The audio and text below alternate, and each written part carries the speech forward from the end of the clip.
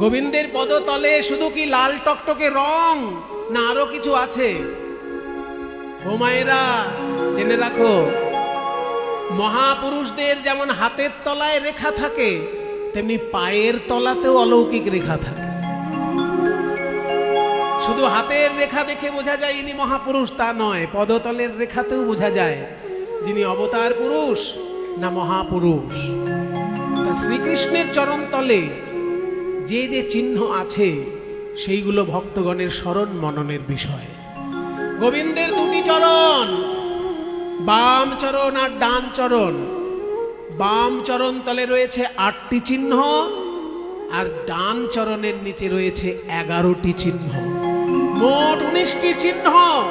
এগুলো চিহ্ন নয়, স্বয়ং মা লক্ষ্মী এক একটা চিহ্ন রূপে বিরাজ করছেন গোবিন্দ পদতলে। সেই 19টি চিহ্ন কি কি সেগুলো আমি বলবো এখন। এইসব তত্ত্ব কথা তো সব জায়গায় বলার সুযোগ হয় না। বেশিরভাগ জায়গায় হইচই মার্কা কীর্তনের আসর, কীর্তনিয়ার কাছে সবসময় হইচই মার্কা গান বাজনা আশা করে বিভিন্ন জায়গায়। কিন্তু এইখানের ভক্তগণ শুনতে চেয়েছেন এই তত্ত্ব কথা, যার জন্য আমরা আজকে শুনতে পারবো গোবিন্দের দুটি চরণ তলে বাম পদতলে 8টি চিহ্ন কি কি, আর দক্ষিণ পদতলে 11টি চিহ্ন কি কি। অনেকে সাধারণ বোকা লোক আছে, তারা ভাবে এইসব শুনে আমাদের কি লাভ। আরে কি লাভ জানো? একটা কথা শুনে রাখো, ভক্ত যদি চলে যায় চেনা যায় মরণে, আর কৃষ্ণ যদি চলে যায় চেনা যায় চরণে। ভগবান কোনোদিন তোমার বাড়িতে ভিখারি রূপে আসতে পারে, ভগবান কোনোদিন তোমার বাড়িতে পাগল রূপে আসতে পারে, অতিথি রূপে আসতে পারে। যে রূপেই আসুক, তার পদতলের চিহ্ন সে পাল্টাবে না। ওই জন্য পদতলের চিহ্নতে ধরা পড়ে সে ভগবান কিনা। সেই জন্য 19টি চিহ্ন ভক্তগণ মুখস্থ রাখেন। যদি কোনোদিন কারো পদতলে এই 19টি চিহ্ন দেখা যায়, তাহলে জানতে হবে সে সাক্ষাৎ শ্রীকৃষ্ণ। কারণ শ্রীকৃষ্ণ ছাড়া আর কারোর চরণ তলে এই 19টি চিহ্ন না। তাই সবাই মিলে একটু হাত জোড় করুন। আমি আগে মন্ত্রটি বলে নি, যে মন্ত্রের মধ্যে এই 19টি চিহ্নের উল্লেখ আছে সেটা আগে একটু বলেন। ওম কৃষ্ণায় বাসুদেবায় হরে পরমাত্মনে প্রণতক্লেশনাশায় গোবিন্দায় নমো নমঃ। ওম চন্দ্রার্ধং কলশং ত্রিকোণধনুষী খাঙ্গোস্পদং পৃষ্ঠিকাং শঙ্খং সব্যপদীথ দক্ষিণপদে কোণাষ্টকং স্বস্তিকং চক্রং ছত্রয়বাঙ্কুশং ধ্বজপবি জম্বূর্ধ্বরেখাম্বুজং বিভ্রাণং হরিমূনবিংশতি মহা লক্ষ্ম্যার্চিতাং ভজে। এই যে মন্ত্রটি বললাম, যখন শ্রীকৃষ্ণের ধ্যান করতে বসতে হয় তখন চরণ কমলের ধ্যান মন্ত্র এটি। গোবিন্দের বাম পদতলে 8টি চিহ্ন কি কি এখানে বলা হলো। চন্দ্রার্ধম কলশং ত্রিকোণ ধনুষী খং গোষ্পদং পৃষ্ঠিকাং শঙ্খ। সব্যপদে, সব্যপদে মানে বাম পদে, বাম চরণতলে 8টি চিহ্ন কি কি? চন্দ্রার্ধম অর্ধচন্দ্র চিহ্ন, অর্ধচন্দ্র চিহ্ন বাম পদতলে। কি করে এলো অর্ধেক চাঁদ? অর্ধেক চাঁদ চিহ্নটা কবে? পূর্ণিমার দিন যদি পূর্ণ চাঁদ উদয় হয়, তাহলে অর্ধেক চাঁদ কবে উঠবে? পূর্ণিমার দিন তো পূর্ণ চাঁদ নাকি? তাহলে পূর্ণ চাঁদ যদি পূর্ণিমার দিন দেখা যায়, তাহলে অর্ধেক চাঁদ কবে দেখা যাবে? অনেকে বলবেন ভাই এইটা আবার জিজ্ঞেস করতে আছে, 15-র অর্ধেক করে দিন, তাহলে এই তো ঝামেলা মিটে গেল, তাই না? 15তে পূর্ণিমা, 15 নম্বর তিথি হচ্ছে পূর্ণিমা, তাহলে 15 অর্ধেক করলে 7.5, 7.5 না, ওই রকম অর্ধেক হিসেব হবে না এখানে। শুনে রাখো, পূর্ণ চন্দ্র দেখি আমরা আকাশে। আকাশ আসলে চাঁদ হচ্ছে 16 কলায় পরিপূর্ণ, 15 কলায় নয়। 15 কলার চাঁদ আমরা দেখি আকাশে, আর 1 কলা চাঁদ আছে শিব ঠাকুরের মাথায়। এই 15 কলা আর 1 কলা মিলে 16 কলায় পরিপূর্ণ চাঁদ। এই চাঁদ সম্পূর্ণ হবে তখন যখন শিবের কপালের চাঁদটা এসে যুক্ত হবে। তার মানে 16 কলায় পরিপূর্ণ চাঁদ, তার অর্ধেক করলে অষ্টমী। অষ্টমীর দিনের যে চাঁদ সেটা হচ্ছে অর্ধেক চাঁদ। অষ্টমীর চাঁদ হচ্ছে অর্ধচন্দ্র। আর শ্রীকৃষ্ণের জন্ম কোন দিনে? জন্মাষ্টমী। সেই অষ্টমীর দিন যেহেতু শ্রীকৃষ্ণ জন্মগ্রহণ করেছিলেন, আকাশ থেকে চাঁদ এসে গোবিন্দ চরণে শরণ নিয়েছিল। আর ওই শরণ নিতে গিয়ে তার ওই যে অর্ধচন্দ্র রূপটি গোবিন্দ চরণে থেকে গেল, ওই অর্ধচন্দ্র রূপ আর সেখান থেকে মুছে গেল না। নজরুল ইসলামের সেই গানটি মনে পড়ছে, গোবিন্দ চরণে শরণ নিতে গেলে যে গানটি গাইতে হয়। হৃদে পদে চরণ রাখো বাঁকা ঘন শ্যাম, বাঁকা শিখি পাখা নয়ন বাঁকা বুকি মোঠা। হৃদে পদে চরণ রাখো বাঁকা ঘন শ্যাম, বাঁকা শিখি পাখা নয়ন বাঁকা বুকি মোঠা। তুমি দাঁড়াও ত্রিভঙ্গে, তুমি দাঁড়াও ত্রিভঙ্গে, অধরে মুরলি ধরে দাঁড়াও ত্রিভঙ্গে। অধরে মুরলি ধরে দাঁড়াও ত্রিভঙ্গে। বাঁকা শিখি পাখা নয়ন বাঁকা বুকি মোঠা, বাঁকা শিখি পাখা নয়ন বাঁকা বুকি মোঠা। নজরুল ইসলাম লিখেছেন এত সুন্দর শ্রীকৃষ্ণের চরণের বন্দনার গান। সোনার গোধূলি সম শুনিল নিবিড় নভে, পিত ধরা কর কালো অঙ্গে। পিত ধরা পড়ু কালো অঙ্গে। নীল কপত সম রাঙা চরণ, নীল কপত সম রাঙা চরণ দুটি, দেখে যা কপরূপ ভঙ্গে। নীল কপত সম রাঙা চরণ দুটি, নেচে যা কপরূপ ভঙ্গে। নেচে যা কপরূপ ভঙ্গে। যেন নূপুর বাজে, যেন নূপুর বাজে, হরি সেই পায়ে যেন নূপুর বাজে। হরি সেই পায়ে যেন নূপুর বাজে। ওই চরণ জড়ায়ে পরাণ আমার, ওই চরণ জড়ায়ে পরাণ আমার। চরণ জড়ায়ে পরাণ আমার, মন্দির হয়ে বাজে যেন মন্দির হয়ে বাজে। হৃদে পদে চরণ রাখো বাঁকা ঘন শ্যাম, বাঁকা শিখি পাখা নয়ন বাঁকা বুকি মোঠা। হৃদে পদ্মে চরণ রাখো বাঁকা ঘন শ্যাম, বাঁকা শিখি পাখা নয়ন বাঁকা বঙ্কি মোঠা। ওই যে আকাশ থেকে চাঁদ নেমে এলো অষ্টমীর দিন অর্ধচন্দ্র। জন্মাষ্টমীতে শ্রীকৃষ্ণের জন্ম, সেই জন্মদিনে তার চরণতলে স্থান নিয়েছিল বলে অর্ধচন্দ্র চরণতলে রয়ে গেল। চন্দ্রার্ধ, তারপর 3 ত্রিকোণ। 3টে কোণ মানে 3 গুণের প্রতীক, সত্যগুণ, রজগুণ, তমগুণ। এই 3টে গুণ অনুসারে প্রত্যেকটি মানুষ তৈরি হয়।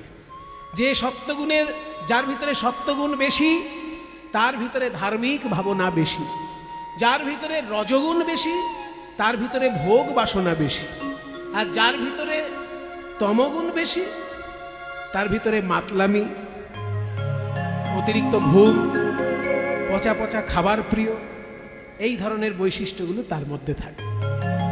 তাই 3 রকমের গুণাবলীতে সারা পৃথিবীতে মানুষ তৈরি হয়েছে। ভগবানের চরণে কিন্তু সবার অধিকার। ভগবানের চরণে দেবতাও স্থান পাবে, মানুষও স্থান পাবে, দৈত্যও স্থান পাবে, সত্যগুণ রজগুণ তমগুণ 3 গুণের লোকেই তার চরণে স্থান নেবে। তাই 3 কোণা চিহ্ন বিরাজ করছে। অন্যদিকে তাত্ত্বিক ব্যাখ্যা করা হয়েছে ওই 3 কোণা চিহ্ন হচ্ছে ব্রহ্মযোনি। যখন কেউ ধ্যান করে দুটো ভুরুর মাঝখানে যে জ্যোতি দেখতে হয়, সেই জ্যোতিটা হচ্ছে 3 কোণা চিহ্ন। সেই চিহ্ন, ওই ব্রহ্মযোনি চিহ্ন গোবিন্দের চরণতলে বিরাজ করছে। চন্দ্রার্ধ কলস, তারপরে হচ্ছে কলসি। কলসি চিহ্নটা এলো থেকে, এই যে কুম্ভ মেলা হয় না, কুম্ভ মেলায় অমৃতের কুম্ভ থেকে অমৃত ছলকে পড়েছিল বলে এই কুম্ভ মেলা হয়। এই অমৃতের কুম্ভ ভারতবর্ষে 4টি মহাতীর্থে রাখা হয়েছিল। এই 4টি মহাতীর্থে সেই জন্য অমৃত স্নানের জন্য লোকে যায় কুম্ভ মেলায়। একটা হচ্ছে এলাহাবাদ মানে প্রয়াগ তীর্থ, আর একটা হচ্ছে হরিদ্বার, আর একটা হচ্ছে উজ্জয়িনী, আর একটা হচ্ছে নাসিক। এই 4টে তীর্থেতেই আপনারা কে গেছেন দেখি, একটু হাত তুলুন দেখি। 4টেতেই গেছেন এমন? একটাতে গেলে হবে না, দুটোতে গেলে হবে না, 4টেতেই গেছেন। মানে হরিদ্বারেও কুম্ভ মেলায় গেছেন। এখন কুম্ভ মেলায় হুজুকে পড়ে প্রচুর লোক গেছে প্রয়াগ তীর্থে। আমি হুজুকে ভক্তদের কথা কিন্তু বলছি না, তারা গেছেন, ভালো করেছেন, পুণ্য অর্জন করেছেন, কিন্তু হুজুক নয়। তীর্থ যাত্রাকে সফল করার জন্য 4টে তীর্থেতেই কুম্ভ মেলায় যেতে হবে।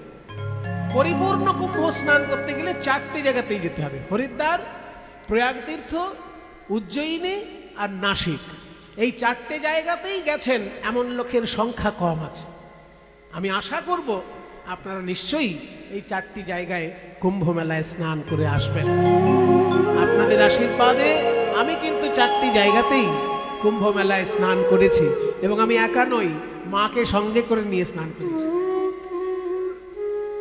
আপনি নিজে তীর্থ দর্শন করলে যত না পুণ্য হবে, আপনি কাউকে তীর্থ করালে আরো বেশি পুণ্য। আমার মা বলেছিল যে পুজো করতে গেলে 5টি তীর্থের নাম করা হয়, সেই 5টি তীর্থতে যেন আমি একবার স্নান করতে পারি।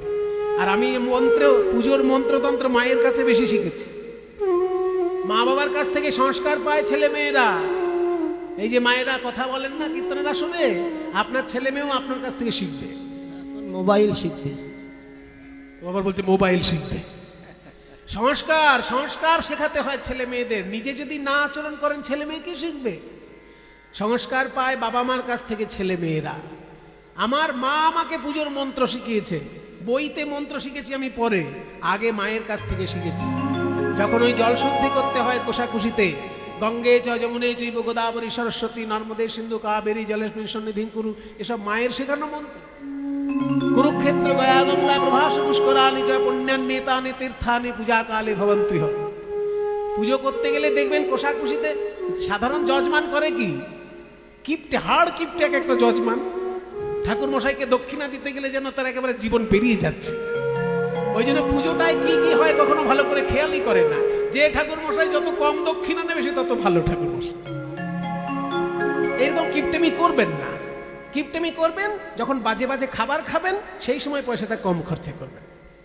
কিন্তু বাজে খাবার সময় আপনার পয়সা চলে যাচ্ছে জলের মতো, আর পুজোর সময় আপনার হাড় কিপটেমি, এগুলো দূর করুন। ভগবানের উদ্দেশ্যে একটু ভালো করে খরচা করবেন, দেখবেন কোন দিক দিয়ে ঘরে আপনার টাকা চলে আসছে আপনি বুঝতেই পারছেন। চারিদিক থেকে আপনার অর্থ আসবে। এইসব পুজোর মন্ত্র আমি মায়ের কাছে শিখেছি। যখন ওই কোষাকুষির মধ্যে জলটা শুদ্ধ করতে হয়, তখন 5টা তীর্থের নাম করতে হয়। ভাবা হয় যে 5টি তীর্থের জল এই কোষাকুষির মধ্যে চলে এলো। সেই 5টি তীর্থ কি কি? মা বলেছিল এইগুলো আমাকে দেখাবি। আমি 5টিই মাকে দেখাতে পেরেছি, এই আমার পরম সৌভাগ্য। আপনারাও শুনে রাখুন সেই 5টি তীর্থের নাম: কুরুক্ষেত্র, গয়া, গঙ্গা, প্রভাস এবং পুষ্কর। কুরুক্ষেত্র জানেন, দিল্লি পার করে যেতে হয়, দিল্লি থেকে উত্তর দিকে কুরুক্ষেত্র। আর গয়া এই যে বিহারে গয়া, বিষ্ণুর পাদ পদ্ম। আর গঙ্গা, গঙ্গা তো সারা দেশেই আছে, কিন্তু কোন জায়গায় গঙ্গা দর্শন করতে হয়? গঙ্গা দর্শন করতে হয় হরিদ্বারে কনখল তীর্থে। হরিদ্বারে যেখানে দক্ষ রাজার যজ্ঞ হয়েছিল সেই তীর্থটার নাম হচ্ছে কনখল। দক্ষ রাজা যেখানে যজ্ঞ করেছিলেন, শিব ঠাকুর এসে যে যজ্ঞ পণ্ড করেছিলেন, ওটা গঙ্গার তীরে হরিদ্বারে। ওইখানে গঙ্গা দর্শন করলে তবে গঙ্গা দর্শন হলো। সেই জন্য বলছে কনখলে গঙ্গা পুণ্যা কুরুক্ষেত্রে সরস্বতী। কনখলে গঙ্গা পুণ্যা, কুরুক্ষেত্রে সরস্বতী। সরস্বতী নদী যদি দেখতে হয় কুরুক্ষেত্রে যেতে। এবার কুরুক্ষেত্রে সরস্বতী নদী দেখা যায় না, কারণ সরস্বতী নদী এখন বিলুপ্ত। আগে ছিল কুরুক্ষেত্রের উপর দিয়ে সরস্বতী নদী বইতো, কিন্তু এখন দেখা যাবে না। এখন একটা বিরাট বড় সরোবর আছে কুরুক্ষেত্রে। যখন আপনারা কুরুক্ষেত্রে যাবেন দেখবেন বিশাল সরোবর, মানে 1.5 কিলোমিটার চওড়া, 2 কিলোমিটার লম্বা, এত বড় সরোবর। এত বিশাল সরোবর একটা 1.5-2 কিলোমিটারের, মানে রেক্টাঙ্গুলার, 2 কিলোমিটার আর 1.5 কিলোমিটার, এত বড় একটা সরোবর। সেইখানে ব্রহ্মা যজ্ঞ করেছিলেন, ওই জন্য ওই সরোবরটার নাম ব্রহ্মকুণ্ড। ওইখানেই স্নান করতে হয়। কুরুক্ষেত্রে সূর্যগ্রহণের সময় স্নান করতে হয়। এসবগুলো বলে রাখছি কেন, আপনাদের মধ্যে যদি কোনো ভালো ছেলে থাকে মাকে নিয়ে গিয়ে স্নান করাবেন। মায়ের পুণ্যর সঙ্গে সঙ্গে আপনাদেরও পুণ্য হয়ে যাবে। যখন সূর্যগ্রহণ পড়বে সেই সময় কুরুক্ষেত্রের ওই ব্রহ্মকুণ্ডে গিয়ে স্নান করতে হয়, তবে কুরুক্ষেত্র দর্শন হলো। তাহলে এমনি গিয়ে প্রণাম করে চলে এলেন অর্ধেক। পরিপূর্ণ পুণ্য পেতে গেলে সূর্যগ্রহণ যখন হবে তখন কুরুক্ষেত্রে ওই ব্রহ্মকুণ্ডে স্নান করতে হয়। কারণ ওই ব্রহ্মকুণ্ডে কুরুক্ষেত্রে সূর্যগ্রহণের সময় রাধা কৃষ্ণ স্নান করতে এসেছিলেন, তাদের ওইখানে মিলন হয়েছে। রাধারানী এসেছিলেন বৃন্দাবনে থেকে, আর কৃষ্ণ এসেছিলেন দ্বারকা থেকে। যখন কৃষ্ণ বৃন্দাবন ছেড়ে চলে গেলেন দ্বারকায়, তারপর একবারই মিলন হয়েছিল রাধা কৃষ্ণের, সেটা কুরুক্ষেত্রে।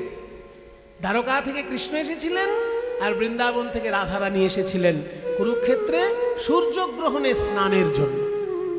সেই জন্য সূর্যগ্রহণে কুরুক্ষেত্রে ব্রহ্মকুণ্ডে স্নান করতে হয়। আর সেইখানের ওই সরস্বতী নদীর জলটাই ওই ব্রহ্মকুণ্ডে আছে। তাই সরস্বতী নদীতে যদি পুণ্য পেতে হয় তাহলে কুরুক্ষেত্রে যেতে হবে। ওই জন্য বলছে কনখলে গঙ্গা পুণ্যা। গঙ্গাকে যদি ঠিক ঠিক পেতে হয় কনখলে যেতে হবে। কনখল মানে হচ্ছে দক্ষ রাজার বাড়ি যেখানে, হরিদ্বারে।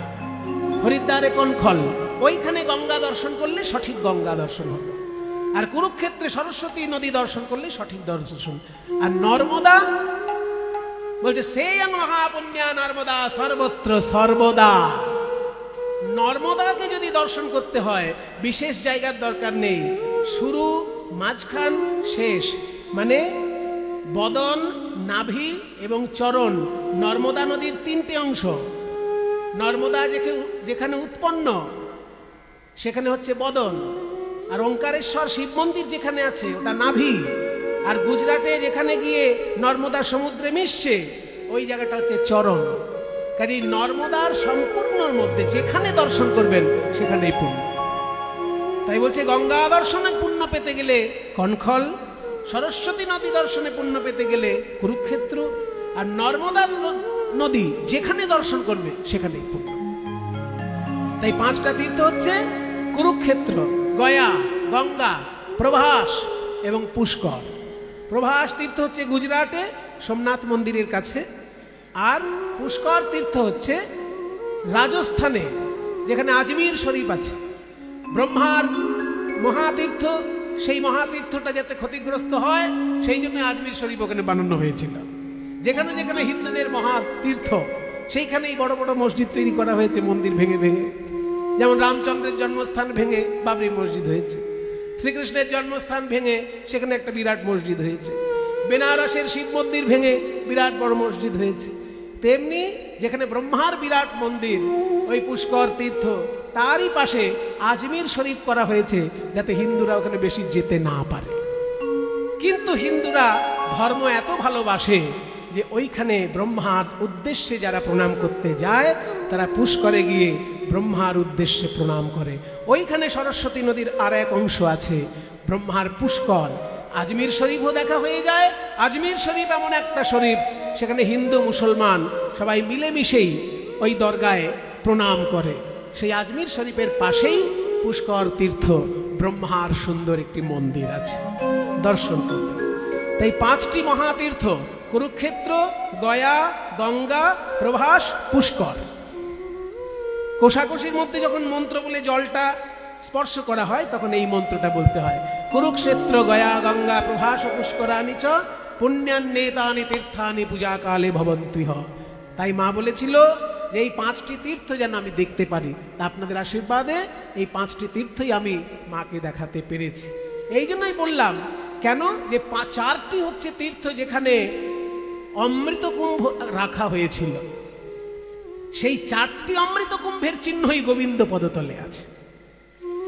এইটা বলার জন্য এগুলো ঘুরে এলাম, যে অমৃত কুম্ভের সন্ধানে মানুষ ছুটে যায় কুম্ভ মেলায়, সেই 4টি অমৃত কুম্ভ গোবিন্দের চরণতলে বিরাজ করছে। তাহলে চন্দ্রার্ধং, কলসং, ত্রিকোণ, তারপর ধনুষী। ধনুষী মানে ধনুক। কৃষ্ণের বাম পদতলে একটা ধনুক চিহ্ন আছে। এই ধনুকটা এলো কোত্থেকে? না, যখন শ্রীকৃষ্ণ রাসলীলা করবেন ভাবলেন, সেই সময় কামদেব এসে একের পর এক বাণ মারতে লাগলো। এবার কামদেব তো আর জানে না, কামদেব জানে অন্য সাধারণ দেবতাকে যেমন বাণ মারলে সে একবারে থরহরিকম্প হয়ে যায়, কৃষ্ণ বোধহয় তাই হবে। কিন্তু কামদেব তো আর জানে না কাকে বাণ মেরেছে। কৃষ্ণ হলেন এমন ভগবান যার সান্নিধ্যে আসলে পরে জড় পদার্থেরও চৈতন্য লাভ হয়, জড় পদার্থেরও চৈতন্য লাভ হয়। এই যে মাইকের স্ট্যান্ড, জড় পদার্থ, নাচতে জানে না, গাইতে জানে না, সোজা দাঁড়িয়ে আছে। কিন্তু এই মাইকের স্ট্যান্ড যদি গোবিন্দের চরণে স্পর্শ পায়, এর ভেতর থেকেও গান বেরোবে, এর ভেতর থেকেও নাচ বেরোবে। জড় পদার্থও যদি গোবিন্দের চরণে স্পর্শ পায়, সে চৈতন্য পদার্থে পরিণত হয়। তাই বাণ যখন মারল কামদেব, সেই বাণ এসে কৃষ্ণ চরণে যেই স্পর্শ করেছে, কৃষ্ণের বুকে যেই বিঁধতে গেছে, কৃষ্ণের বুকে বিঁধতে পারল না। ভাবলো আমাদের প্রভু কামদেব ভুল করে গোবিন্দের বুকে বাণ মেরেছে, আমরা ক্ষমা চেয়ে নিই আমাদের আমরা ক্ষমা চেয়ে নিই আমাদের প্রভুর হয়ে, গোবিন্দের চরণে আমরা আশ্রয় নিই। এই বলে কামদেবের ওই বাণ কৃষ্ণের বুকে না বিধে চরণে এসে পড়ল।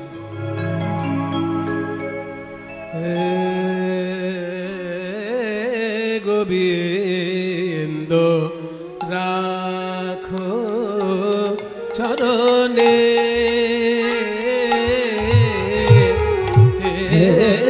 গোবিন্দ রাখো চরণে,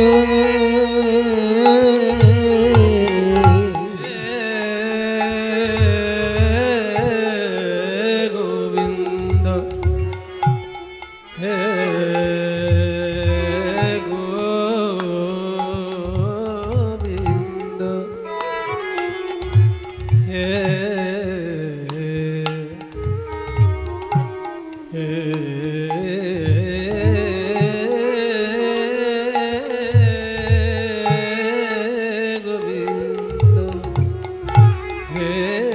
গোবিন্দ হে হে রাখো চরণে,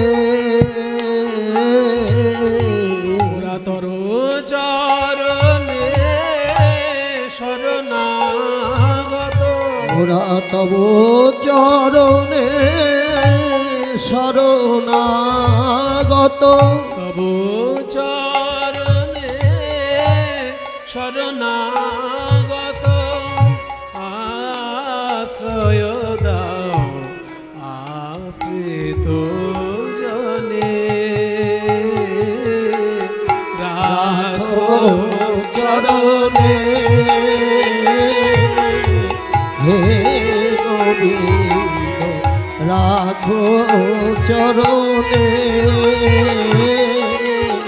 হে গোবিন্দ রাখো চরণে।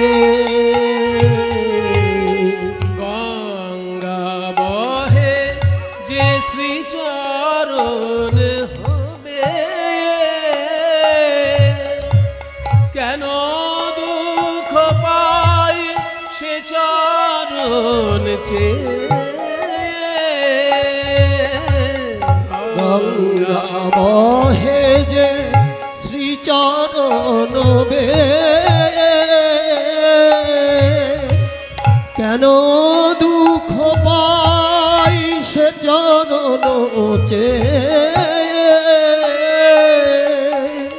ত্রিতাপ জ্বালা হর হে শ্রী হরি চাহ করুণা সিক্ত নয়নে রাখো চরণে হে গোবিন্দ রাখো চরণে হে গোবিন্দ রাখো চরণে। মানুষের কাছে ভিক্ষা চাইলে মানুষ ফিরায় না, আর তোমার কাছে আমি চরণের প্রেম ভিক্ষা চাইছি, তুমি ফিরাবে। ভিক্ষা চাহিলে মানুষ নাহি ফিরায়, তোমার দুয়ারে হাত পাতিল যে ফিরাবে কি, ফিরাবে কি তুমি তাই। ভিক্ষা চাহিলে মানুষ নাহি ফিরায়, তোমার দুয়ারে হাত পাতিল যে ফিরাবে কি, ফিরাবে কি তুমি তাই। ত্রিতা তব চরণ ধরিয়া ডুবে মরি যদি, রবে কলঙ্ক ভুবনে রাখো চরণে হে গোবিন্দ রাখো চরণে মোরা তব চরণে শরণাগত, তব চরণে শরণাগত আশ্রয় দাও আশ্রিত জনে রাখো চরণে হে গোবিন্দ রাখো গোবিন্দ রাখো গোবিন্দ রাখো চরণে।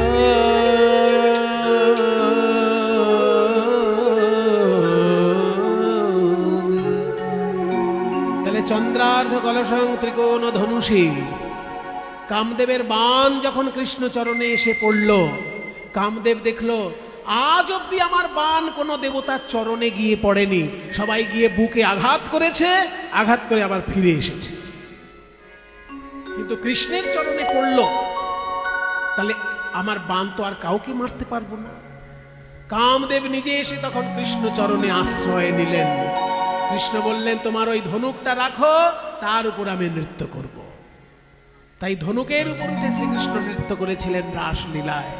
সেই ধনুক চিহ্ন গোবিন্দের পদতলে বিরাজ করছে, কামদেবের ধনুক চিহ্ন। চন্দ্রার্ধ কলসং ত্রিকোণ ধনুষী খং, খং মানে আকাশ, আকাশের প্রতীক স্বরূপ গোল চিহ্ন গোবিন্দের পদতলে বিরাজ করছে, একটি গোল চিহ্ন। তারপরে গোষ্পদম, গোষ্পদম মানে গরুর খুর, গরুর খুরের চিহ্ন বাম পদে। কেন না, শ্রীকৃষ্ণ একটা গরুরূপী অসুর এসেছিল কৃষ্ণের কাছে, মানে শ্রীকৃষ্ণ তো গরুকে খুব ভালোবাসে, গরুকে মারবে না, এই জন্য একটা অসুর বুদ্ধি করে গরুর রূপ ধারণ করে এসেছে। শ্রীকৃষ্ণ গরুকে মারবে না, কারণ কৃষ্ণের প্রণাম মন্ত্র কি বলছে, নমো ব্রহ্মণ্য দেবায় গো ব্রাহ্মণ হিতায় হচ্ছে, তাহলে গরুকে মারবে না কৃষ্ণ। এই ভেবে একটা গরু রূপ ধারণ করে এক অসুর এসে কৃষ্ণকে গুতাচ্ছে। এবার কৃষ্ণ প্রথমে সেটাকে খুব একটা পাত্তা দেয়নি, কিন্তু তারপর দেখে গরুটা গুতিয়েই চলেছে। তখন ভাবলো যে আমার কোনো গরু আমায় গুতায় না, এ বেটা তখন থেকে গুতাচ্ছে কেন। তারপরে খেয়াল করলেন কৃষ্ণ যে সব গরুর ছায়া পড়ছে, এই বেটার ছায়া পড়ছে না। তখন বুঝলো এই বেটা গরুই নয়, কারণ সবার ছায়া পড়ছে, এর ছায়া পড়ছে না, এ তাহলে কোনো অসুর হবে। এই বলে ওই গরুটার পা ধরে বন বন করে ঘুরাতে ঘুরাতে তুলে আছা। অসুরকে এইভাবে বধ করলেন, গরু রূপে এসেছিল তাকে বধ করলেন, তার উপর উঠে নৃত্য করেছিলেন বলে তার সেই খুরের চিহ্ন গোবিন্দের পদতলে বিরাজ করছে। এর তত্ত্বটা হলো এই যে কৃষ্ণের হাতে যদি কেউ প্রাণত্যাগ করে তাকেও কৃষ্ণ চরণ ছাড়া করে না, তাকেও কৃষ্ণ নিজ চরণে রাখেন। তাই গরুর খুরের চিহ্ন তার পায়ের তলে। খং গোষ্পদং প্রষ্ঠিকাং, প্রষ্ঠিকাং মানে পুঁটি মাছ, পুঁটি মাছের একটা চিহ্ন গোবিন্দের পদতলে। এতক্ষণে অনেক ভক্ত এবার নড়ে চড়ে বসেছে, যাক এবার একটু মাছ টাছের আলোচনা হচ্ছে। পুঁটি মাছ নিয়ে অত উল্লসিত হবার কিছু নেই। এখানে পুঁটি মাছ বলতে যে পুঁটি মাছ আপনারা দেখেন ওই পুঁটি মাছ নয়। তাহলে কোন পুঁটি মাছ? এখানে পুঁটি মাছ হচ্ছে মৎস্য অবতার রূপে যখন ভগবান এসেছিলেন, প্রথমে তিনি পুঁটি মাছ রূপে দেখা দিয়েছিলেন। প্রথমে তিনি পুঁটি মাছ রূপে দেখা দিয়েছিলেন, তারপরে তিনি সেই রূপ বদল করে শিঙি মাছে পরিণত হয়েছিলেন। মানে একবার মহারাজ মনু ভাবলেন যে আমি অনেক দান করব। দান করতে করতে দান যখন সম্পূর্ণ হয়েছে, সেই সময় মনু ভাবলেন এইবার একটু স্নান করি, কারণ দান সম্পূর্ণ হয়েছে, এবার স্নান করব। যেই না স্নান করতে গেছে অমনি হাতের মধ্যে একটা পুঁটি মাছ এসেছে, পুঁটি মাছ। এবার এই পুঁটি মাছটাকে দেখে মনু বলছেন এই রে, স্নান করতে নামলাম, দান করার পর আবার পুঁটি মাছ চলে এলো কেন? যেই ভাষাতে গেছে অমনি পুঁটি মাছটা কথা বলছে।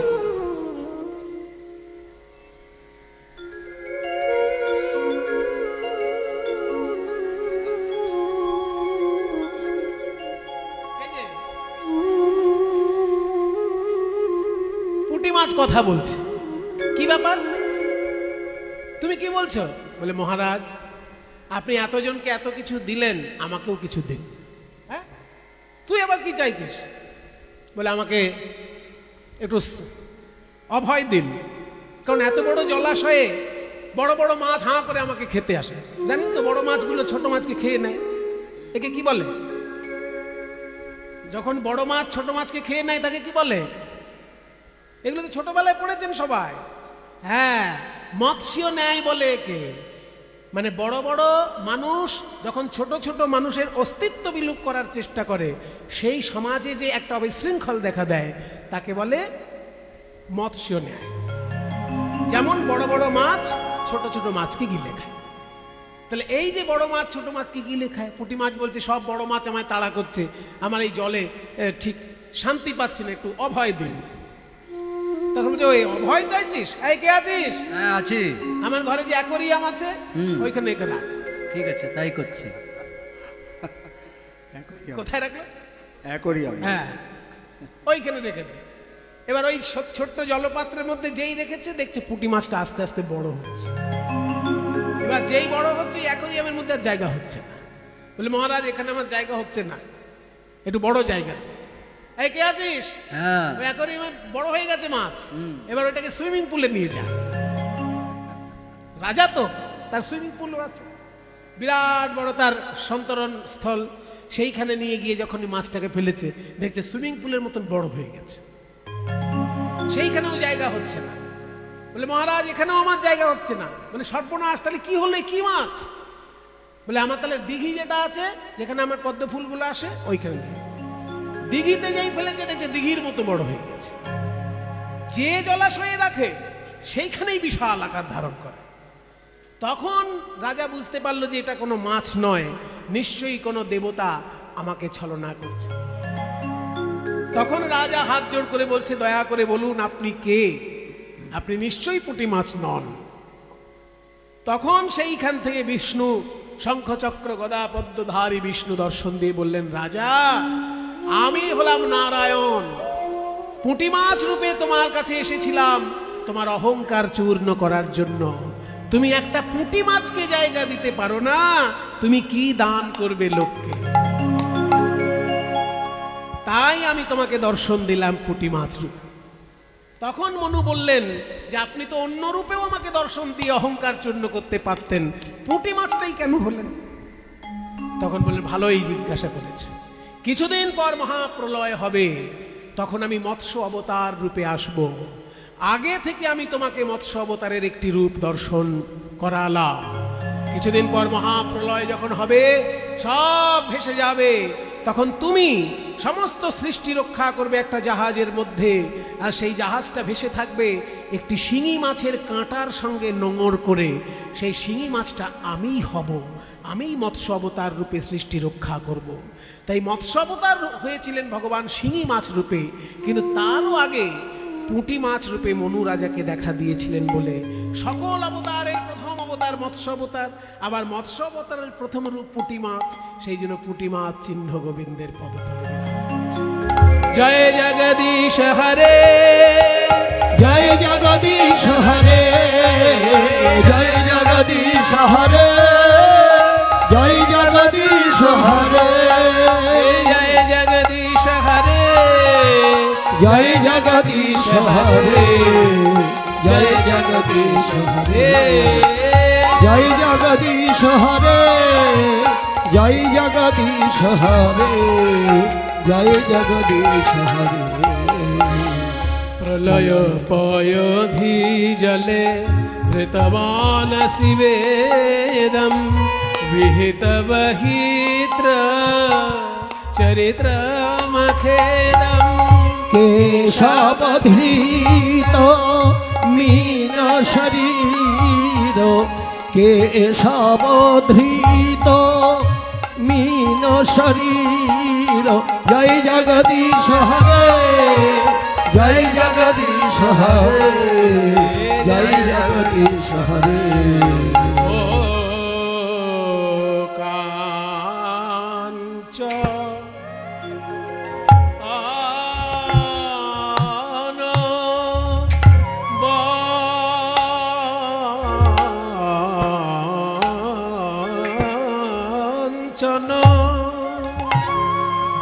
ওই বসন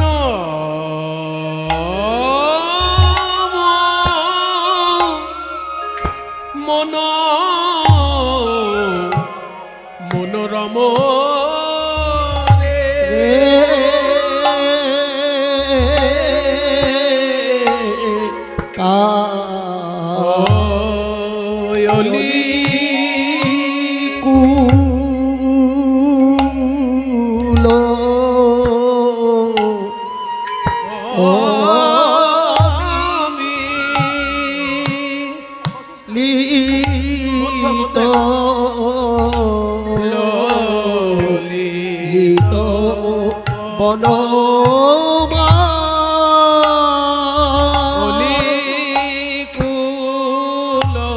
দেখলাম প্রতি ফুলে ফুলে মালার প্রতি ফুলে ফুলে দেখলাম মত মধুকরের মালা মালার প্রতি ফুলে ফুলে মত মধুকরের মালা, মালার প্রতি ফুলে ফুলে মত মধুকরের মালা, মালার প্রতি ফুলে ফুলে মত মধুকরের মালা, মালার প্রতি ফুলে ফুলে ও অলিকুল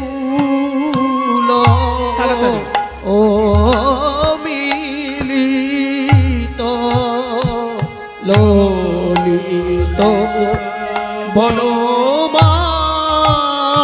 এবার ছোট ভালে বনিয়া মদন মোহনিয়া রে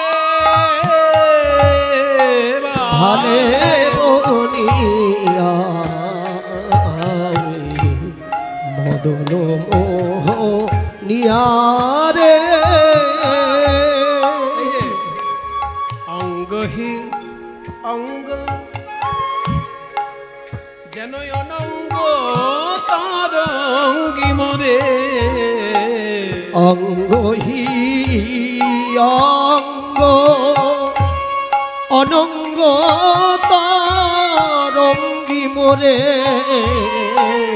অঙ্গ হি অঙ্গ যেন অনঙ্গে গড়াগ অনঙ্গে গড়াগ শ্যামের প্রতি অঙ্গ যেন অনঙ্গে গড়াগো শ্যামের প্রতি অঙ্গ অনঙ্গে গড়াগ বলি শ্যামের প্রতি অঙ্গ আমার অনঙ্গ মোহন প্রাণ গোবিন্দে শ্যামের প্রতি অঙ্গ অনঙ্গ মোহন প্রাণ গোবিন্দ শ্যামের প্রতি অঙ্গ অনঙ্গ মোহন প্রাণ গোবিন্দ শ্যামের প্রতি অঙ্গ অনঙ্গ মোহন প্রাণ গোবিন্দ শ্যামের প্রতি অঙ্গ অনঙ্গ মোহন প্রাণ গোবিন্দ যেন অনঙ্গে গড়াগ অঙ্গ হি অঙ্গ অনঙ্গ তরঙ্গি মোরে অঙ্গিম ভঙ্গিম নয়ন নাচনিয়া রঙ্গিম ভঙ্গিম নয়ন নাচনিয়া নাচাইতে নাচাইতে নাচাইতে নাচাইতে এই যে বাঁকা নয়ন নাচাইতে নাচাই বাঁকা নয়ন নয়ন নাচাইতে নাচাইতে বাঁকা নয়ন নাচাইতে নাচাইতে গেল বাঁকা নয়ন নাচাইতে নাচাইতে কেন বাঁকা নয় নাচাইতে নাচাইতে খেয়াল করুন কথা কীর্তনের এগুলো মজা বাঁকা নয়ন গেল নাচাইতে নাচাইতে হ্যাঁ নয়ন নাচাইতে নাচাইতে যাচ্ছে কেমন বাঁকা নয়ন তার বাঁকা নয়ন নাচাইতে নাচাইতে গেল বাঁকা নয়ন নাচাইতে নাচাইতে কেন বাঁকা নয় নাচাইতে নাচাইতে আমি চাইতে না চাইতে গেল নাচাইতে নাচাইতে আমি চাইতে না চাইতে গেল না চাইতে না চাইতে আমি চাইতে না চাইতে গেল নাচাইতে নাচাইতে আমি চাইতে না চাইতে গেল না চাইতে না চাইতে গেল না চাইতে গেল না চাইতে আমায় যেমন নাচাইল আমায় যেমন নাচাইল নয়ন না চাইতে না চাইতে আমায় যেমন নাচাইল না চাইতে না চাইতে আমায় যেমন না চাইতো না চাইতে না চাইতে আমায় যেমন না চাইতো না নাচাইতে নাচাইতে আমায় যেমন না চাইতে নাচাইতে নাচাইতে গেল না চাইতে না চাইতে এ, রঙ্গিম ভঙ্গিম নয়ন নাচনিয়া আজকে 8টা চিহ্নই বলবো বিস্তারিতভাবে বাকিগুলো উল্লেখ করব কয়টি বলেছি এই অবধি চন্দ্রার্ধ কলসং ত্রিকোণ ধনুষী খং গোষ্পদং প্রষ্ঠিকাং পুঁটি মাছ পর্যন্ত বলা হয়ে গেছে 7টা বলা হয়েছে আর একটা বলবো শঙ্খম অষ্টম চিহ্ন হচ্ছে শঙ্খ মানে শাঁখ গোবিন্দের বাম পদতলে মোট 8টি চিহ্ন তার মধ্যে অষ্টম চিহ্নটি হলো শাঁখ এই শঙ্খ চিহ্ন এলো কি করে একজন অসুর যজ্ঞ পণ্ড করে দিয়ে সমুদ্রের মধ্যে শঙ্খের মধ্যে গিয়ে লুকাতো শঙ্খের মধ্যে গিয়ে লুকাতো তার নাম হচ্ছে পঞ্চজন পঞ্চজন মানে এখানে 5 জন নয় অসুরটার নাম পঞ্চজন সে শঙ্খের মধ্যে গিয়ে লুকাতো কৃষ্ণ যখন সে কথা জানতে পারলেন সেই 5 জন অসুরকে বধ করে তার শঙ্খটা নিয়ে এসেছিলেন আর সেই শঙ্খই পরবর্তীকালে কুরুক্ষেত্রের যুদ্ধ প্রাঙ্গণে কৃষ্ণ বাজিয়েছিলেন শ্রীমদ্ ভগবদ গীতার প্রথম অধ্যায় পড়ে দেখবেন সেখানে শ্রীকৃষ্ণের শঙ্খটার নাম লেখা আছে পঞ্চজন্যং ঋষিকেশ শঙ্খং দধ্নৌ প্রতাপবা কৃষ্ণ যে শঙ্খটি বাজিয়েছিলেন তার নাম পাঞ্চজন্য শঙ্খ, কারণ পঞ্চজন অসুরকে বধ করে ওই শঙ্খটা তিনি এনেছিলেন। সেই শঙ্খের উপর উঠে যেহেতু বধ করতে হয়েছিল, তাই জন্য শঙ্খ চিহ্ন তার বাম পদতলে রয়েছে। তাহলে দেখলাম এবার চরণের বর্ণনা হলো, এবার কোমর থেকে পদকর্তা কি বলছেন? মাঝহি ক্ষীণ পিনয়ুরয়াম্বর, মাঝহি ক্ষীণ পিনয়ুর অম্বর, প্রাতর অরুণ কিরণমণিরাজ, ও প্রাতর অরুণ কিরণমণিরাজ। গোবিন্দের কোমরটা সরু, যারা স্বাস্থ্যবান লোক হয়, সুস্বাস্থ্যের অধিকারী যারা, তাদের কোমরটা সরু হয়। তা শ্রীকৃষ্ণের কোমরটি সরু, তাই বলছে মাঝ হয় ক্ষীণ, কিন্তু হৃদয়টা হয় উন্নত। পিন উরো অম্বর, হৃদয়টা হচ্ছে উন্নত। উরো, উরো মানে হৃদয়, আবার অম্বর মানে আকাশ। তার হৃদয়টা আকাশের মতো বিস্তীর্ণ। বলছে হৃদয়টাকে যখন আকাশ বললি, তাহলে চন্দ্র সূর্য নিশ্চয়ই আছে? বলে হ্যাঁ আছে তো। ওই বুকের মাঝখানে যে রত্নটা ঝুলছে, কৃষ্ণের বুকের মাঝখানে যে রত্নটা ঝোলে তার একটা নাম আছে। সেই রত্নটার নাম হলো কৌস্তুভ। ওই কৌস্তুভ রত্নটা ঝুলছে যখন, সূর্যের মতো আলো দিচ্ছে। প্রাতর অরুণ কিরণ মণিরাজ, সূর্যের মতো আলো ছটা দিচ্ছে ওই রত্নটি। তারপর কি দেখলাম? কুঞ্জর করভ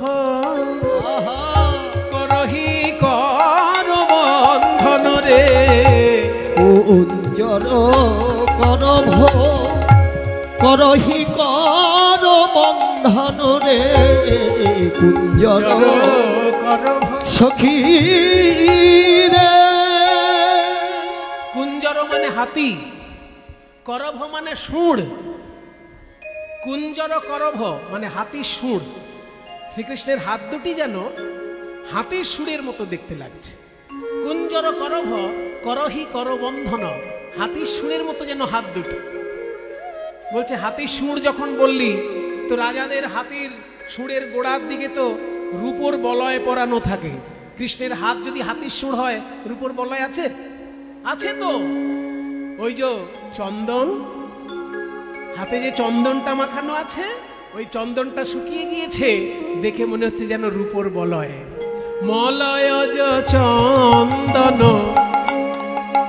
বলয় বিরাজ, ওই মলয়জ চন্দন বলয় বিরাজ, মলয়জ চন্দন যেন বলয় বিরাজ, মলয়জ চন্দন বলয় বিরাজ। তারপর কি দেখলাম? অধর থেকে সুধা ঝরে পড়ছে, আর সেই সুধা পান করছে ওই মধুর মুরলী। অধর সুধা ঝরু মুরলী তরঙ্গিনী, অধর সুধা ঝরু মুরলী তরঙ্গিনী, শুনে বিগলিত রঙ্গিনীর হৃদয় দুকুল, বিগলিত রঙ্গিনী হৃদয় দুকুল। দুটো মানে, শুনে বিগলিত রঙ্গিনীর হৃদয় দুকুল। একদিকে দুকুল মানে কাপড়, একদিকে অর্থ হচ্ছে কখন যে ওড়নাটা সরে গিয়েছে গোপী বুঝতে পারছে না, এটা একদিকে অর্থ। আর একটা দিকে অর্থ হচ্ছে দুকুল মানে একুল ওকুল, তাদের একুল ওকুল ভেসে গেল রে, একুল ওকুল ভেসে গেল রে। ওই মোহনবাসীর গান শুনে একুল ওকুল ভেসে গেল রে, ওই মোহনবাসীর গান শুনে বলে কুলে কি গোবিন্দ মেলে, মোহনবাসীর গান শুনে কুলে কি গোবিন্দ মেলে, মোহনবাসীর গান শুনে কুলে কি গোবিন্দ মেলে, ওই মোহনবাসীর গান শুনে একুল ওকুল ভেসে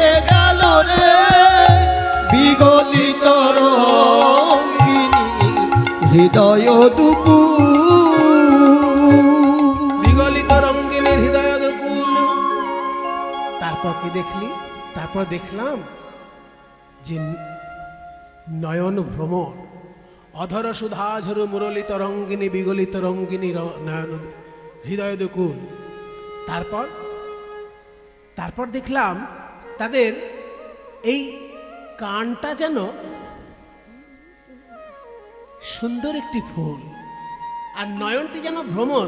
উড়াত পড়ত শ্রুতি উতপল ফুল, উড়াত পরত শ্রুতি উতপল ফুল, মাতল নয়ন ভ্রমর জনু ভ্রমি ভ্রমি, মাতল নয়ন ভ্রমর জনু ভ্রমি ভ্রমি।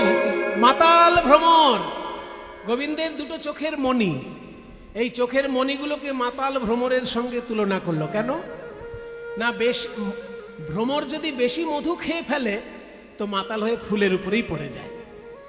ওই জন্য বাংলার কবি বলেছেন না যে তারা ফুলের উপর ঘুমিয়ে পড়ে ফুলের মধু খেয়ে।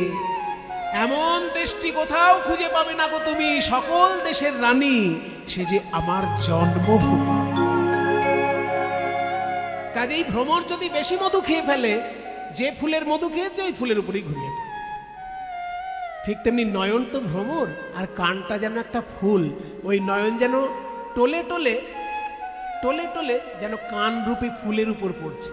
উড়ত পড়ত শ্রুতি উতপল ফুল, উড়ত পরত শ্রুতি উতপল ফুল। তারপর কি দেখলেন? নয়ন হয়ে গেল, এবার নয়নের উপরে থাকে তিলক। তিলকটি কেমন? গোরচনা তিলক চূড়ে বনি চন্দ্রক, গোরচনা তিলক চূড়ে বনি চন্দ্রক, গোরচনা তিলক। গোবিন্দের তিলক এক এক দিন এক এক ভাবে তৈরি হয়। আজকের তিলকটা গোরচনা দিয়ে তৈরি হয়েছে। গোরচনা, কোনো গরুর মাথায় যদি স্বাতী নক্ষত্রের জল পড়ে তাহলে সেই গরুর মাথায় নাকের কাছে একটা হলুদ পদার্থ তৈরি হয়, তাকে বলে গোরচনা। সেই গোরচনা হলুদ মতন হয়, সেটা দিয়ে গোবিন্দের আগে তিলক হয়েছে। গোরচনা তিলক চূড়ে মণি চন্দ্রক, গোরচনা তিলক চূড়ে মণি চন্দ্রক। রত্ন দিয়ে সাজানো আছে তার ময়ূরের পালকটি। বলছে ময়ূরের পালকটি যে রত্ন দিয়ে সাজানো আছে, ওই ময়ূরের পালকটি, এই ও কি, ওই দেখ ওই দেখ, চূড়ার চারিপাশে অদৃশ্য ভ্রমর উঠছে, অদৃশ্য ভ্রমর। মানে ব্রজগোপীদের মনগুলো ভ্রমর হয়ে গিয়ে যেন ওই চূড়ার চারিপাশে উঠছে। বেঢ়ল রমণী মন মধুকর মান, বেঢ়ল রমণী মন মধুকর মান। দেখলাম গোবিন্দের চূড়ার চারিপাশে ব্রজগোপীর মন ভ্রমর উড়ে যাচ্ছে। তাই দেখে আমিও আমার মন ভ্রমরকে বললাম, ওরে আমার মন ভ্রমরা, আমার মন ভ্রমরা উড়ে যা রে,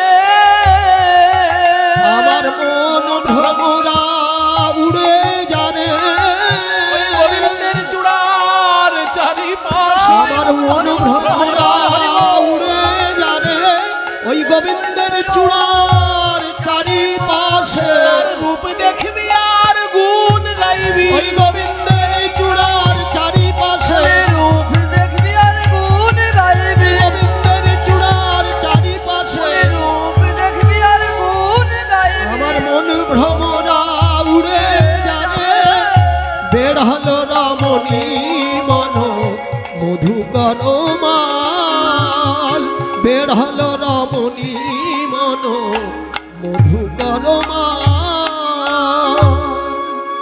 চরণ থেকে শুরু করে চূড়া পর্যন্ত এত সুন্দর একটি পদ যিনি রচনা করেছেন, তার উদ্দেশ্যে সবাই একবার প্রণাম করুন। তিনি মধ্যযুগের সর্বশ্রেষ্ঠ পদকর্তা গোবিন্দ দাস মহাশয়। গোবিন্দ দাস চিতে নীতি নীতি বিহরই, গোবিন্দ দাস চিতে নীতি নীতি বিহরই, গোবিন্দ দাস চিতে নীতি নীতি বিহরই, ওই নাগর বড় তরুণতম, সই নাগর বড় তরুণতম,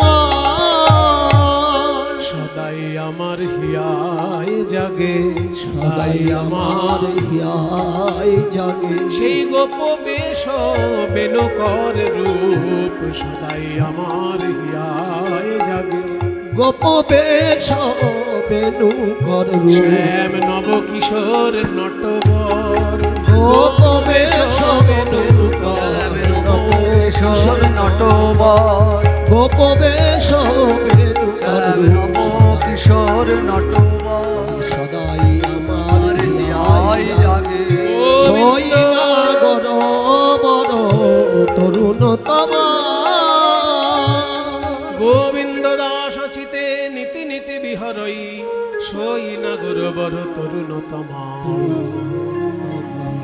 এইভাবে সখীসনে রূপের কথা কইতেছিল বসি, হেনকালে কুঞ্জে মাঝে বাজলো শ্যামের বাঁশি, বলে আর না বাজিও বাঁশি, নীরব হয়ে থাকো, এই সাজিয়া বেড়াইছি আমি, আবার কেন ডাকো। যদুনাথ দাস কহে করো অভিচার, আর ঘরে রইতে নারী করো না বিচার, যদুনাথ দাস কহে করো অভিসার। রাধারানী আজকে সেজে গুজে কৃষ্ণ দর্শনে চললেন, আবেশে সখীর অঙ্গে, আবেশে সখীর অঙ্গে, আবেশে সখীর অঙ্গে, আবেশে সখীর অঙ্গে, আবেশে সখীর অঙ্গে, অঙ্গ হেলাইয়া, আবেশে সখীর অঙ্গে, অঙ্গ হেলাইয়া, আবেশে সখীর অঙ্গে, অঙ্গ হেলাইয়া, বৃন্দাবনে প্রবেশ শ্যাম জয় দিয়া, বৃন্দাবনে প্রবেশিত শ্যাম জয় দিয়া, বৃন্দাবনে যাইয়ারা, বৃন্দাবনে যাইয়া রাই, ইতি উতি চায় মাধবী লতার হারে দেখে শ্যামরাই, মাধবী লতার হারে দেখে শ্যামরাই। গোবিন্দের বাম পদে 8টি চিহ্ন বলেছি বিস্তারিত ভাবে, আর দক্ষিণ পদে 11টি চিহ্ন উল্লেখ করব বলেছি, সেগুলো এবার করে দিচ্ছি। অর্থাৎ দক্ষিণ পদে কোণাষ্টকম স্বস্তিকম, অষ্টকোণ চিহ্ন, স্বস্তিক চিহ্ন, চক্রং ছত্রং, চক্র চিহ্ন, ছাতা চিহ্ন, ধ্বজ পবি, ধ্বজ মানে পতাকা, পবি মানে বজ্র, জম্বু ঊর্ধ্বরেখা অম্বুজম, জামফল ঊর্ধ্বরেখা এবং অম্বুজ, অম্বুজ মানে পদ্মফুল। তাহলে কোণাষ্টকম স্বস্তিকম চক্রং ছত্রং জব অঙ্কুশং, আর জব আর অঙ্কুশ এই মোট 11টি চিহ্ন গোবিন্দের দক্ষিণ পদতলে বিরাজ করছে। যখনই রাধারানী গোবিন্দের কাছে এসে দাঁড়িয়েছেন, গোবিন্দ আমার মাথার চূড়ার ফুল ভেঙে রাধারানীর চরণে পুষ্পাঞ্জলি দিলেন, ভাঙিয়া চূড়ার ফুল হাতে করি নিল, ভাঙিয়া চূড়ার ফুল হাতে করি নিল, এবার নম প্রেমময়ী বলি রাই চরণে দিল। রাধে তোমার কি ইচ্ছা বলো? বলে আমার ইচ্ছা রাসলীলায় নৃত্য করবো। তাই তো, এবার তাহলে 5 মিনিটের জন্য রাসলীলায় নৃত্য করো। রাধা শ্যাম যুগল নৃত্য, রাসলীলায় শুরু হলো যুগল নৃত্য, উলুধ্বনি।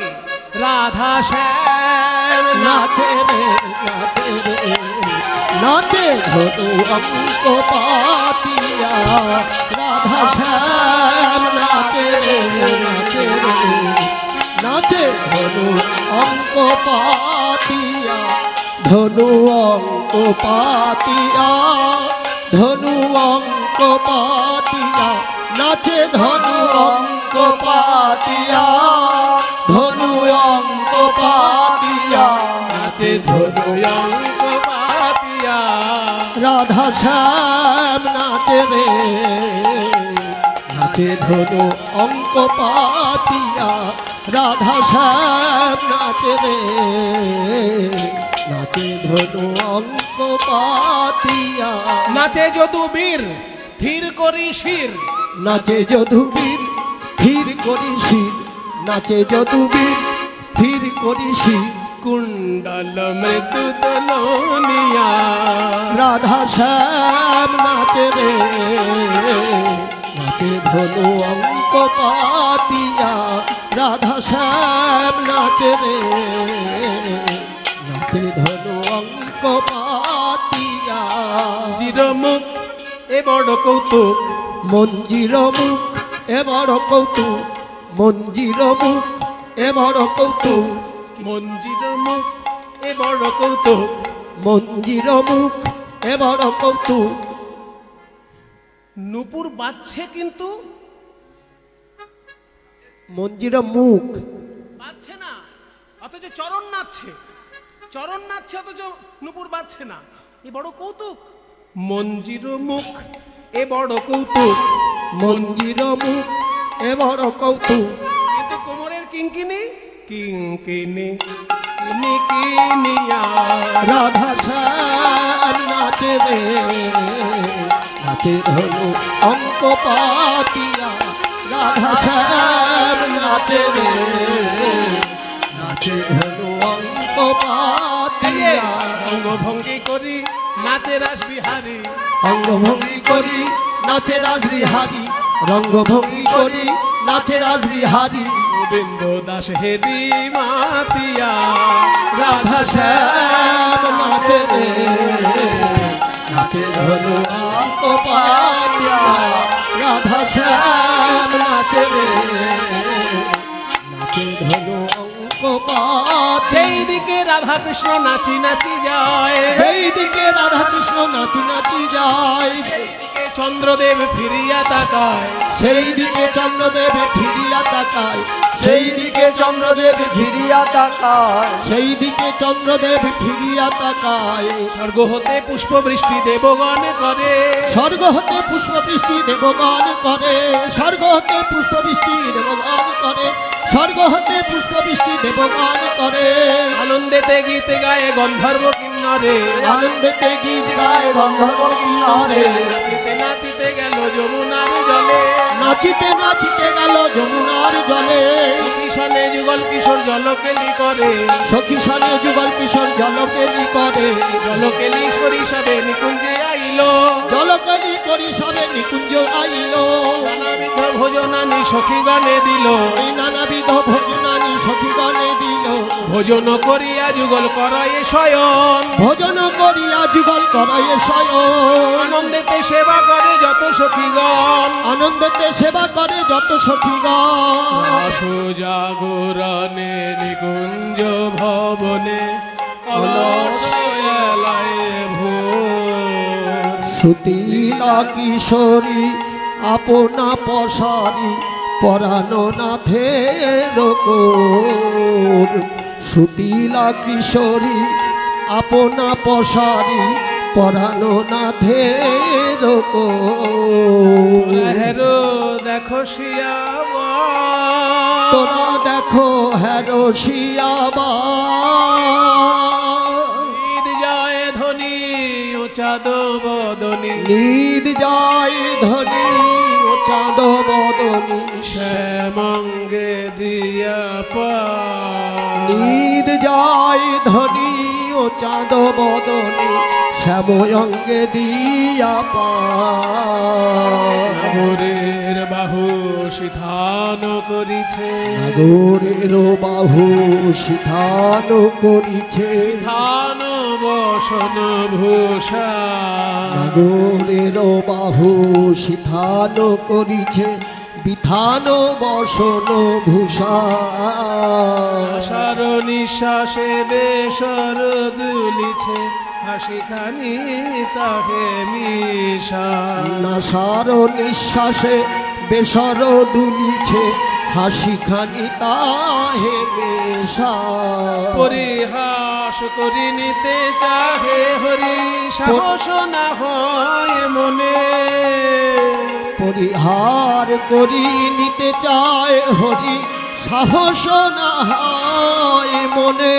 তোমরা ধীর করি বলো না করি হরল। তোমরা ধীর করি বল না করি ওরল। দাস জগন্নাথে ভনে। তোমরা ধীর করি বল না করি ওরল। দাস জগন্নাথ ভনে। দাস জগন্নাথে ভনে। ধীরে ধীরে কৌগো কথা রাই যেন জাগে না। ধীরে ধীরে কৌন কথা রাই যেন জাগে না। এই এখনই ঘুমাইছে রাই জাগলে আর ঘুমাবে না। এই এখনই ঘুমাইছে রাই জাগলে আর ঘুমাবে না। এই এখনই ঘুমাইছে ঘুমাবে না। এই এখনই ঘুমাইছে রাই জাগলে আর ঘুমাবে না। ললিতা